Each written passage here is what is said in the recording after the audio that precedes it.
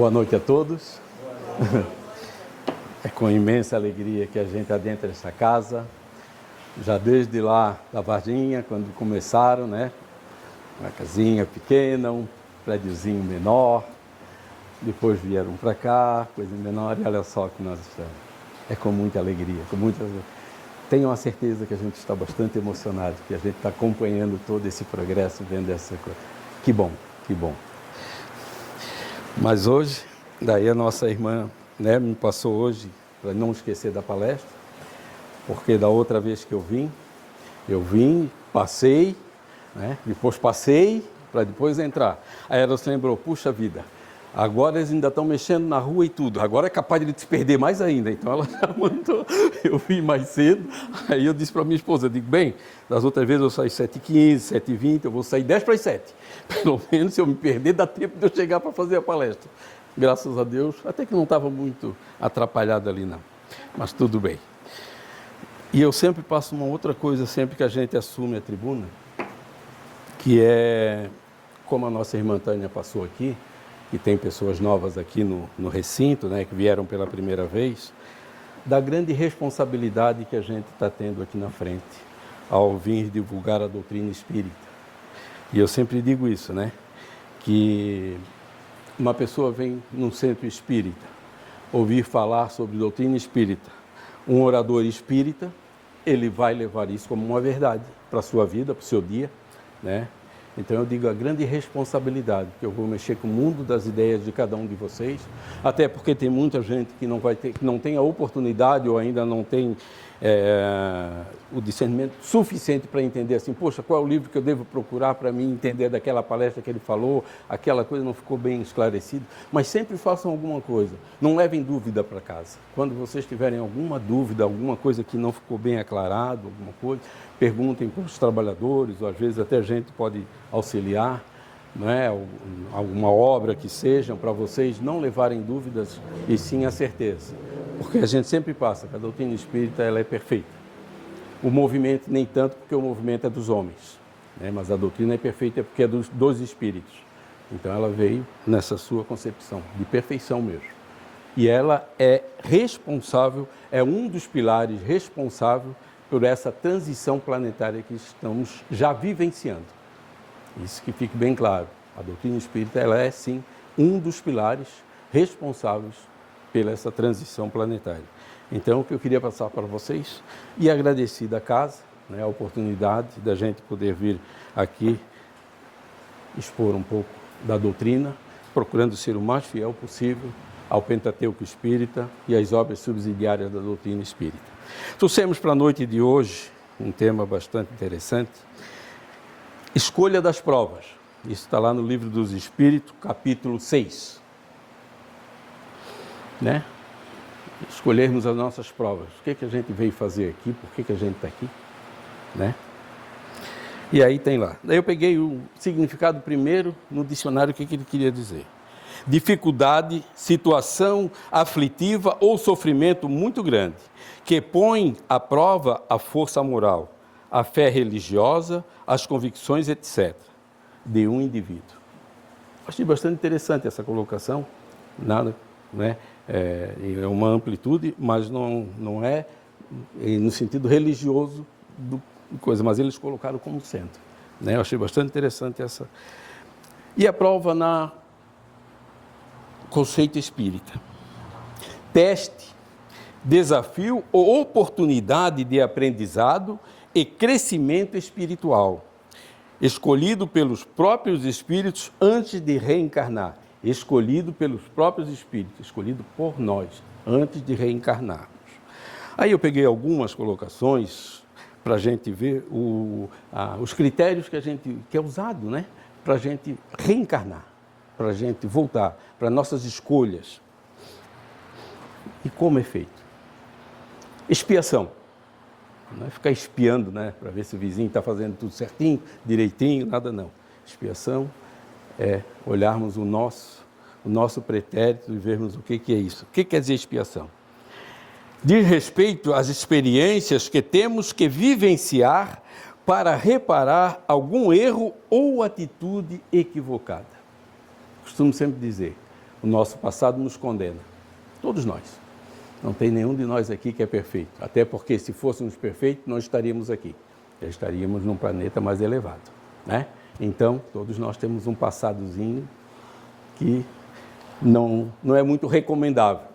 Às vezes eu já não digo nem lá um passado, não. Já digo meu passado aqui presente mesmo, né? Da minha infância e tudo. Às vezes eu fico pensando, quanta malinagem. Agora que a gente está um pouquinho mais velhinho, né? Que já está com um pouquinho mais de compreensão, a gente já tem. Mas assim, meu Deus, eu fazia isso. Meu Deus. Graças a Deus, não levei isso para os meus filhos, né? Que já vieram noutra linha, mas olha, é bem complicado. Então, a expiação é isso, né? É repararmos o que nós fizemos lá atrás. Toda expiação acaba sendo uma prova. Mas nem toda prova é uma expiação. Interessante. Por que toda expiação é uma prova? Porque eu fiz delitos, mal para todo mundo, e eu vou lá encarecidamente pedir para mim retornar, para mim reparar aquele mal. E eu vou passar por provas para ver se realmente eu estou fazendo isso. Isso é expiação. Então, toda expiação é uma prova, porque de vez em quando eu vou estar sendo reparado. Eu vou estar com pessoas que estão do meu lado, muitas vezes pode ser meu filho, pode ser minha esposa, pode ser meu pai, pode ser minha mãe, meu vizinho, um colega de trabalho, que eu fiz um mal para ele ou ele fez um mal para mim. E de vez em quando eu estou sendo testado, estou passando por provas para ver se realmente, puxa vida, né? Ele fez alguma coisa, lógico que eu não estou lembrando, mas ele está fazendo alguma coisa que meio que nos leva a ir naquela situação que a gente viveu lá atrás, em algum momento que a gente, ou eu falhei com ele ou ele falhou comigo, e a gente está passando agora no presente momento. E aí eu vou ver. Então, isso é uma prova, a gente está passando. Mas por que nem toda prova é uma expiação? Porque eu também vou pedir para essa espiritualidade, para mim passar por situações, para mim testar se realmente eu estou conseguindo vencer. Não precisava. Eu não precisava em alguns momentos. Mas eu estou pedindo por quê? Porque isso, no momento que eu consigo vencer essas provas, eu estou fortalecendo a minha condição para um progresso mais rápido. Então, eu também faço isso, muitas das vezes. Como assim? Eu posso chegar simplesmente, puxa vida, eu tinha uma certa deficiência no lado das drogas. Eu peço para nascer lá no meio, de drogados, alguma coisa. A tendência é enorme eu pegar esse caminho. Por quê? Porque eu já tinha algumas tendências e tudo. E muitas das vezes, já estou ali assim também, alguma coisa já de prova, mas muitas das vezes, algumas expiações já vão fazer parte ali também. Mas grande parte é prova, eu pedi para vir ali também. E aí eu vou ver. Puxa vida, graças a Deus, passei essa encarnação e não me envolvi com droga. Consegui vencer, passar por tudo aquilo ali assim. Porque o grande objetivo nosso é vencer o mundo e não vencer aqui no mundo. Essa é a diferença. Vencer o mundo, vencer os vícios, vencer as paixões, vencer todas as coisas que nos levam para o lado negativo da coisa. Materialmente falando, principalmente, a gente vai tocar um pouco depois nesse assunto aqui no Evangelho. Então vejam como é importante. E dentro dessas minhas expiações, tem as reparações. O que é reparação? Eu vou na casa do vizinho, briguei com o vizinho, teve lá uma discussão, não sei o quê, peguei uma baita de uma pedra, joguei na vidraça dele e puf, quebrei tudo. Mas depois, puxa vida, o que eu fui fazer? Me arrependi, né? Me arrependi. Puxa vida, eu não deveria ter feito isso. Que situação difícil. Vou lá pedir desculpa para ele. Meu vizinho, desculpa, cara. Um momento, cabeça quente, né? Meio que excedi, toquei a coisa, desculpa. Mas e daí? O vidro está lá quebrado ainda. Ele não tem culpa. Não foi ele que quebrou?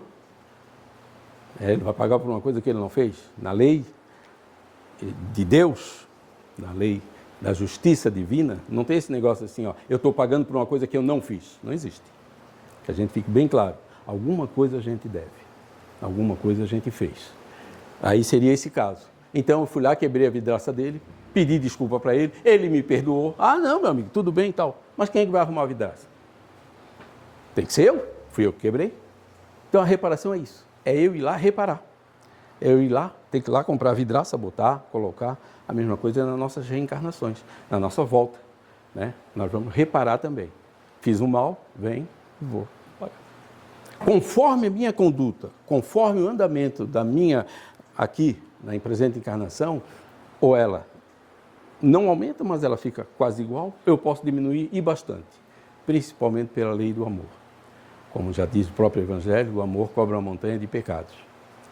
A lembrarmos de Saturnino, que não sei se alguém lembra, a história de Saturnino, que era um espírito que veio, fazia parte de um grupo mediúnico, um trabalho mediúnico na casa, era muito ativo na casa, era uma pessoa maravilhosa, todo mundo gostava dele e tudo. E ele trabalhava numa empresa e, certo momento, ele foi numa prensa que tinha lá e um vacilo, ele cortou um dedo, perdeu. E aí ele, ficou até meio indignado, ficou até, de certa forma, chateado, revoltado. Poxa vida, a gente está procurando ser uma pessoa do bem, faça um estudo, ajuda as pessoas, capricho. Poxa, né, tem uma conduta, né, procuro ser o mais correto possível, trabalhando, olhando os pobres e tudo. E sempre acontecendo isso, tal. E aí ele ficou bastante indignado com aquela situação.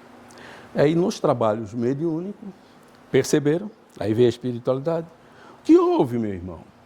É que a gente estava questionando, porque a gente procura fazer tudo tanto bem, a gente trabalha na casa, procura ajudar, ser o mais correto possível, mas olha o que aconteceu, olha aí. Pô, será que vale a pena ser bom? A gente só sofre. Aí a espiritualidade olhou e disse assim, meu irmão, o que a gente tem para te passar é o seguinte, agradeça a Deus essa oportunidade que você teve de perder um dedo. Você era para perder um braço e não um dedo. Aí eles mostraram, no passado, ele era um senhor, ele era um feitor, e ele judiava muito. Ele pegava os escravos e judiava mesmo. Tinha alguns escravos, quando eles pegavam roubando e tudo, eles botavam o braço na moenda e tiravam o braço fora. E faziam muita severidade assim, com as pessoas e tudo. E ele era um desses feitores. Só que a conduta dele foi tão boa, ele reverteu tanto esse quadro, que ao invés de ele perder o braço, que também era para ser mais ou menos lei de causa e efeito, que não deixa de ser, mas ele perdeu um dedo. Então vê, a lei do amor, do discernimento e tudo. Aí ele já olhou do outro lado, já viu de outra forma. Cabe a nós também olharmos sempre desse jeito, né? Isso é só para a gente ter uma ideia. Noutra colocação também, dentro dessa escolha das provas, tem o livre-arbítrio. É a capacidade do indivíduo de fazer escolhas de maneiras autônomas e independente, sem ser determinado por fatores externos ou internos. Livre. A gente não diz, eu tenho a livre vontade de escolha. Faço ou não faço? Vou ou não vou? Quero ou não quero? Enfim, a livre vontade de escolher. O livre-arbítrio que a gente diz. Por que o livre-arbítrio? Porque o livre-arbítrio nos dá a condição de responsabilidade. Eu fiz. Tu não fosse forçado, vieste. Então, tu tem responsabilidade. Então, o livre-arbítrio nos dá a responsabilidade também de todos os nossos atos. Desde o momento que eu for forçado a fazer alguma coisa, eu já não tenho livre-arbítrio. Então, peraí. Então, tu já não pode ser totalmente culpado, né? Então, o livre-arbítrio tem muita dessa função. O esquecimento do passado é uma outra coisa muito interessante que muitas das vezes a gente escuta. Como é que eu vou reparar o meu passado? Como é que eu vou... Uma pessoa que me fez tanto mal e tudo, ou eu fiz mal para ela, agora eu quero reparar, eu quero, né, coisa. Como é que eu vou fazer? Agora eu esqueci do passado, como é que eu vou me lembrar que essa pessoa fazer? Então, aqui ele diz, esquecimento do passado é um fenômeno que apaga temporariamente as memórias de vidas passadas ao reencarnar. E aqui é o interessante, permitindo que o espírito se concentre no aprendizado e progresso da vida atual, sem o peso de traumas, erro ou ressentimentos anteriores. Até porque a gente pode lembrar disso também. Poxa, eu fiz o mal e eu quero agora fazer o bem. Mas tem muitos momentos também que a gente fez tanto mal, ou que a gente recebeu tanto mal daquela pessoa e ela está do meu lado aqui assim, como é que eu eu vou interagir com aquela pessoa, de repente, meu filho. Poxa vida, nós não tivemos uma boa encarnação no passado. Nós estamos aqui reparando um passado bem delituoso que a gente teve. Como é que a gente vai fazer? Como é que eu vou olhar para ele? Como é que eu vou olhar para ele? Eu não consigo olhar ele como filho. Eu vejo ele na outra encarnação, como aquele bandido ou aquela pessoa que me fez mal. Ou eu fiz para ele, ele também vai olhar da mesma forma. É tanto que em alguns momentos a gente vê, né? Aí assim, pais que não se dão bem com os filhos que não dão com os pais, com os irmãos e tal. Tem esse resquício muito forte ainda de encarnações anteriores. Imagina se ele sabe realmente que aquele irmão, ou aquele pai, ou aquele coisa, foi uma pessoa lá do passado, não sei o quê. Era assassinato um atrás do outro aqui, né? Mesmo assim já está acontecendo. Feminicídio, então, não se fala. Está uma grandeza que, meu Deus do céu, que Deus possa olhar com carinho e afeto por esses irmãos que estão nesses delitos. Então, vejam, é muito importante o esquecimento do passado para isso, para que a gente possa ter o aprendizado e o nosso progresso. Porque eu vou olhar ele como irmão, e não como um bandido, como um algoz do passado. Isso é importante. Antes de novas encarnações, o espírito escolhe o gênero de provas a que deseja se submeter, fazendo uso do seu livre-arbítrio. Assim é o autor das suas escolhas, tendo responsabilidade dos seus atos e das suas consequências. Perceberam? Tendo responsabilidade dos seus atos e das consequências desses atos que ele está fazendo agora. Eu não pedi para nascer. Eu não pedi para nascer nessa família, eu não pedi para nascer nesse lugar, eu não pedi para nascer desse jeito e não sei o quê. Você não pediu, não. Você implorou para vir. E você ficou muito tempo na fila. Meu Deus, será que eu não consigo agora? Tal. Podem ter certeza. Nós chegamos a implorar para nós virmos. Por quê? Porque desde o momento que nós desencarnamos, é passado um filme e mostrado todo o nosso pretérito. Uma coisa meio rápida, passa um filme e tu começa, meu Deus, fiz tudo isso. E com a oportunidade que eu tive, né, tendo pessoas maravilhosas do meu lado, tendo uma doutrina maravilhosa para poder me dar as orientações, pessoas maravilhosas me ajudando na minha trajetória, e eu ainda falhei desse jeito. Poxa, me deixa voltar para mim conseguir não sei o quê. Calma que não é assim. Vai ter o teu tempo, calma. Mas então, nós rapidamente já mudamos o nosso pensamento. Puxa, se eu soubesse que era assim, meu Deus, se eu soubesse não sei o que e tal. Por isso o esquecimento. Porque se tu soubesse, não teria grande mérito. O mérito está nisso, é de tu fazer espontaneamente, fazer de coração, fazer por amor, fazer com sentimentos elevados. É isso que ele pede, por isso do esquecimento, por isso das nossas provas, por isso da nossa necessidade de irmos e virmos, quantas vezes for necessário. A escolha é possível desde que haja discernimento prévio e certo adiantamento moral. Que a pessoa tenha tido isso aqui para poder escolher a encarnação. Sem ser por sua própria escolha... Deixa eu começar de novo. A escolha é possível desde que haja discernimento prévio e certo adiantamento moral. Do contrário, a escolha das provas poderá acontecer sem ser por sua própria escolha ou ainda, nos casos onde há uma necessidade a ser expiada, a nova existência deverá prever circunstâncias alheias ao seu livre-arbítrio. Ou seja, muitas das vezes, não vou escolher, mas vai ser imposta para mim essa condição. Por quê? Porque é a minha necessidade. Eu, por mim, eu não queria. Não, eu fiz porque tem pessoas que mesmo desencarnando, vendo tudo aquilo ali assim, não toca o coração. Tem uma certa maldade, um desejo ainda se compraz no mal, né? E aí a espiritualidade também não vai deixar seguir muito tempo, não. Tem um freio. E esse freio é isso. É uma condição de uma reencarnação imposta. E não ele escolhendo. Porque senão ele vai dizer, eu quero vir aqui como um presidente de um país, não sei o quê, porque eu vou fazer bastante guerra, eu vou aprontar. Opa, peraí. Nada disso vai resolver, isso não vai ajudar na tua melhora. E tu está aqui para quê? Para progredir, para evoluir. Todos nós chegaremos à perfeição. Mas vai ter um momento que você, quando começa a travar esse coisa, é chamado aqui, a pessoa, o espírito é chamado para uma compulsória. Ou seja, você vai encarnar desta forma, dessa condição e tudo.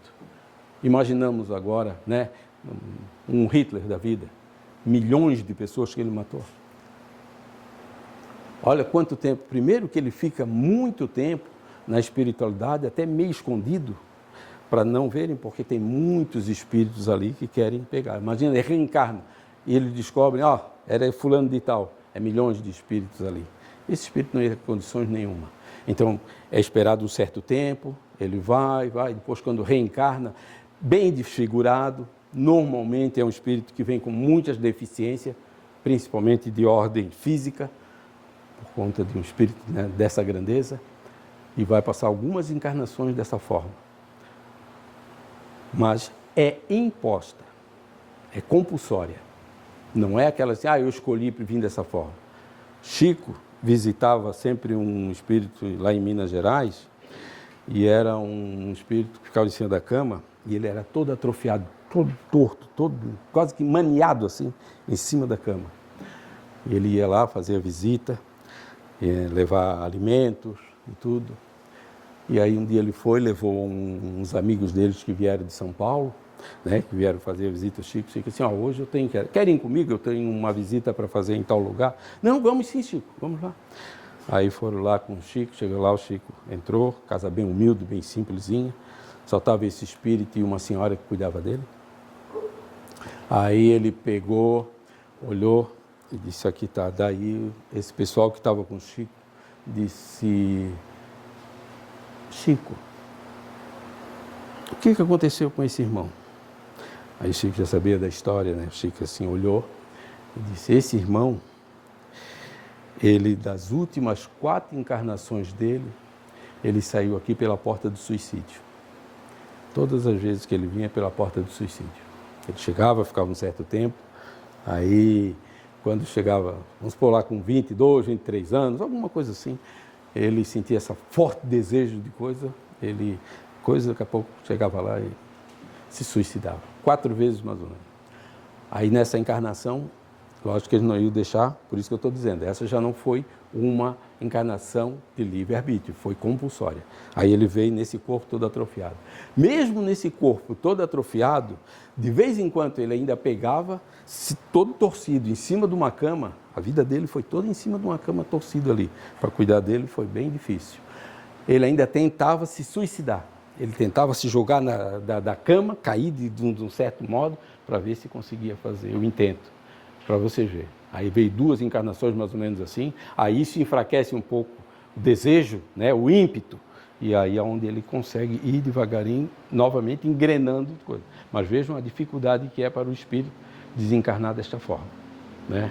E olha quanto que é preciso para poderem dar uma condição para o espírito, né? O espírito, escolhendo um caminho, sabe de que natureza são as vicissitudes que irá encontrar, mas não sabe que acontecimentos o aguardam. Os detalhes nascem das circunstâncias. O nascimento prevê o esquecimento das escolhas e a situação a serem vividas ou expiadas, tanto para haver mérito quanto para que novos laços possam ser estabelecidos no processo evolutivo. Ele não vai saber. Eu vou chegar lá, eu vou reencarnar o Maurício aqui e tal, e vou ter essa linha aqui assim, e vai ser tudo descrito aqui. Não, vão ter muitos detalhes. Não é, eu dei uma topada aqui assim, machuquei o dedão do pé aqui assim. Estava tudo previsto lá no plano espiritual. Eu caí de uma escada, né? Ou eu, de repente, comecei a blasfemar e dizer qualquer coisa para as pessoas e tudo, e recebi um revés dessas condições. Nem isso tudo não está lá, entendeu? Está em linhas gerais o que a gente programou. Isso vai estar lá, né? De repente, como eu disse lá, uma pessoa ou uma pessoa que tem muito forte desejo do vício, do álcool, alguma coisa, né? Está lá, passar por, sei lá, dentro da família, cuidar de um bar e alguma coisa, mas está lá e que o ideal não é também, né? Mas a pessoa saber sair dessas condições, né? Não se deixar levar por essa condição, entende?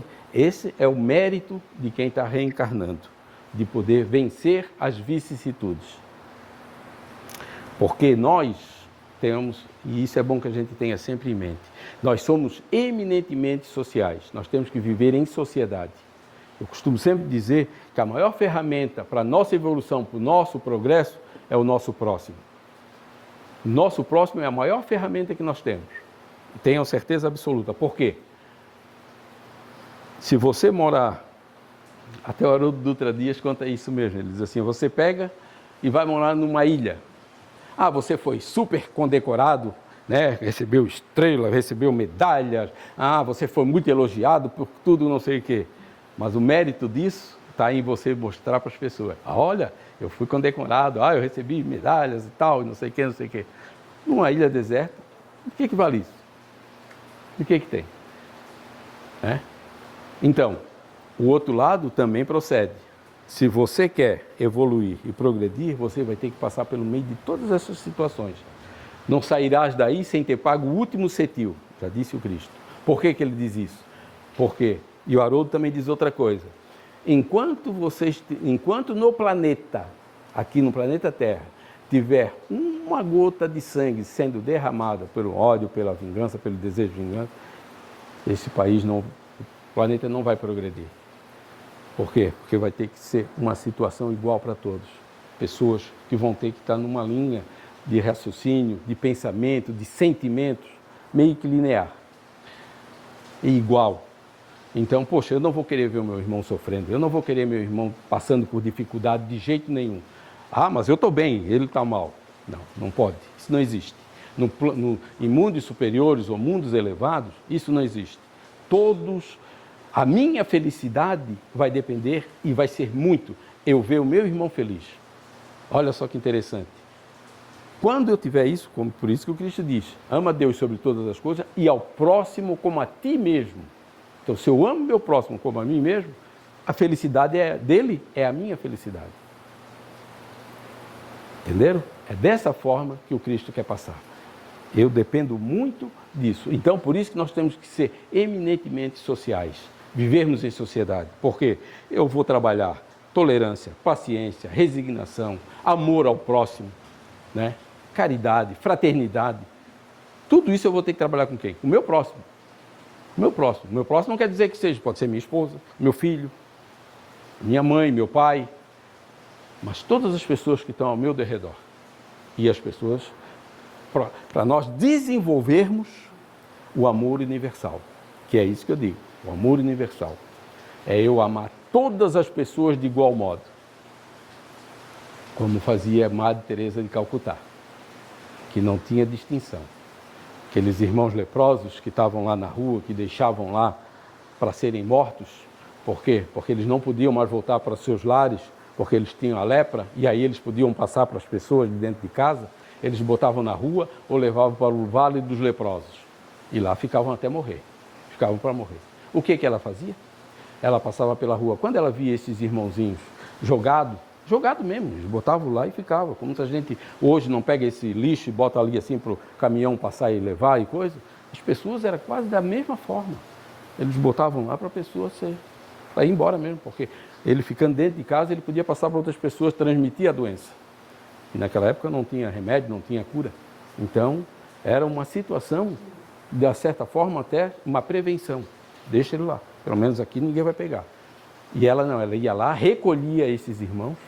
Muitas das vezes ela ia passando, isso lá na Índia, né, em Calcutá, ela passava, ela ia comprar alguns alimentos ou coisa que, às vezes pegava o ônibus, tinha que fazer alguma coisa lá no centro.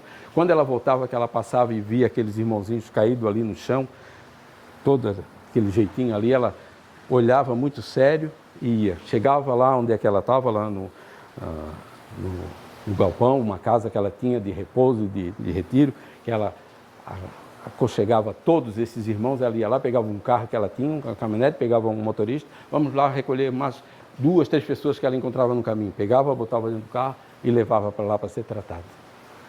Ela fazia isso com muita frequência. Muitos viveram alguns tempos. Por quê? Porque receberam carinho, receberam afeto, receberam amor, receberam compreensão. Ela vivia o amor universal em plenitude. Certa feita, uma das suas colaboradoras que trabalhavam lá perguntaram para ela: irmã, qual é a sua religião? Ela olhou muito séria para ele assim: a minha religião é você. Olha que profundo. A minha religião é você. Ou seja, é ela, é tudo ele. Vocês são a minha religião. Por quê? Religião é religar, é ligar. Ligar com quem? Ligar com Deus. Então ela tinha todo mundo desse nível, olhava desta forma. Esse era o sentimento. E é isso que nós estamos trabalhando para nós desenvolvermos no nosso futuro. Olharmos todos como irmãos. Em todas as reencarnações temos a presença das leis. Assim, a lei de causa e efeito, a lei de ação e reação e a lei de justiça. Como eu disse lá atrás, Deus é bom e justo, misericordioso. Causa e efeito, ou ação e reação. Eu vou fazer, eu vou pagar. Se eu fizer coisas boas, eu vou receber coisas boas. Se eu não fizer, eu vou colher. Semeadura é livre, mas a colheita é obrigatória. Então, é diante disso que a gente tem que trabalhar. Os espíritos errantes, errante quando ele fala aqui, é espírito sem um local definido, no plano espiritual. Desencarnei, morri, entre aspas, vou para o plano espiritual. Então, passo a ser um espírito errante. Eu não vou para um determinado local, eu estou no plano espiritual. Então, eles chamam. Mas seria a mesma coisa assim, espírito no plano espiritual. Estudam e procuram meios de elevar-se, mas é na existência corpórea que põem em prática aquilo que aprenderam, porque é na vida material que acontecem os grandes embates que levam os espíritos a superar-se. Ou seja, é aqui, no plano físico, que nós realmente vamos fazer os nossos testes, que nós vamos realmente mostrarmos se nós estamos evoluindo ou progredindo. No plano espiritual, a gente com menos o fardo material, menos essa pressão da matéria sobre o espírito, a gente é mais livre, a gente tem mais, mas eu vou conseguir, porque olha só, eu estou tão bem, eu estou me sentindo tão à vontade. Lembram quando tinha o filme O Nosso Lar, que alguns espíritos estavam para reencarnar, voltar para a Terra? Era um momento de tensão para eles, porque eles sabiam da grande dificuldade que é. Porque o espírito é forte, mas na carne ele deixa a desejar. Na matéria ele deixa a desejar. É tanto que aqui diz, no Evangelho segundo o Espiritismo, amar o próximo como a si mesmo, capítulo 11. A fé e a caridade. Daí tem um parágrafo, um pedaço muito interessante. Deus nos criou para sermos felizes na eternidade, no futuro. Entretanto, a vida terrestre tem que servir exclusivamente ao aperfeiçoamento moral, que mais facilmente se adquire com o auxílio dos órgãos físicos e do mundo material. Ou seja, é aqui que nós estamos trabalhando a nossa evolução e o nosso progresso. É no plano físico aqui. Por isso que ele diz, viva aqui intensamente, mas viva o lado espiritual. Trabalhe, use as ferramentas que nós temos aqui no lado da matéria, que são tantas que a gente tem aqui, mas com o objetivo de evoluirmos para o plano espiritual, dando prioridade às coisas do espírito, e não às coisas da matéria. Ou seja, acharmos e querermos acharmos que a felicidade está nas coisas materiais é um engano, é um engodo. Tenhamos certeza absoluta. Jamais seremos felizes. Eu sou muito feliz. Eu sou muito feliz porque eu tenho um carro, porque eu tenho uma casa, porque eu tenho muito dinheiro, porque não sei o quê, e tal, e tal. Muito pelo contrário. Podem, não criticando quem consegue isso aí, tudo bem, mas não seja escravo. Tenha isso só como uma ferramenta, um instrumento. Se um dia Deus te pedir, agora você vai passar por essa condição. Até porque que a gente sempre escuta, caixão não tem gaveta, né? Quando a gente vai morrer, o que a gente leva? De ordem material? Nada.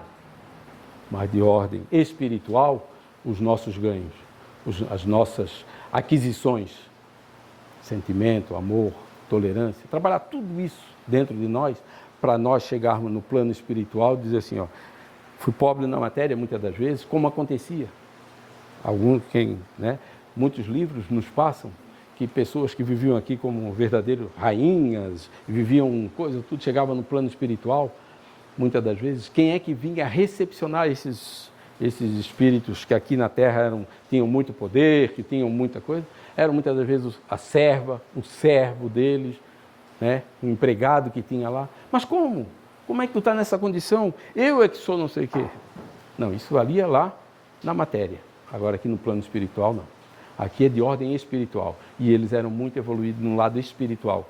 Eles trabalharam muito o lado espiritual. Então, essa é a grande vantagem.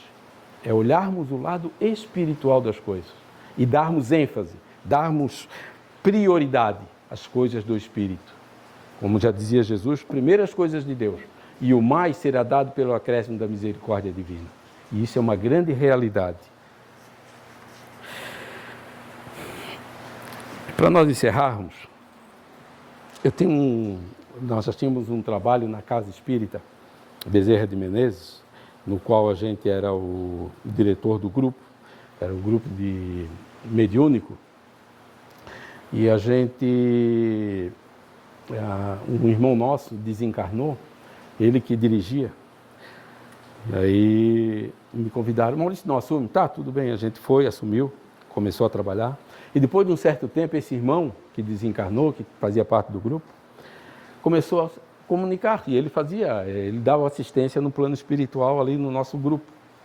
Sempre, de vez em quando, ele se comunicava, fazendo presença. Era muito gostoso, muito bacana mesmo.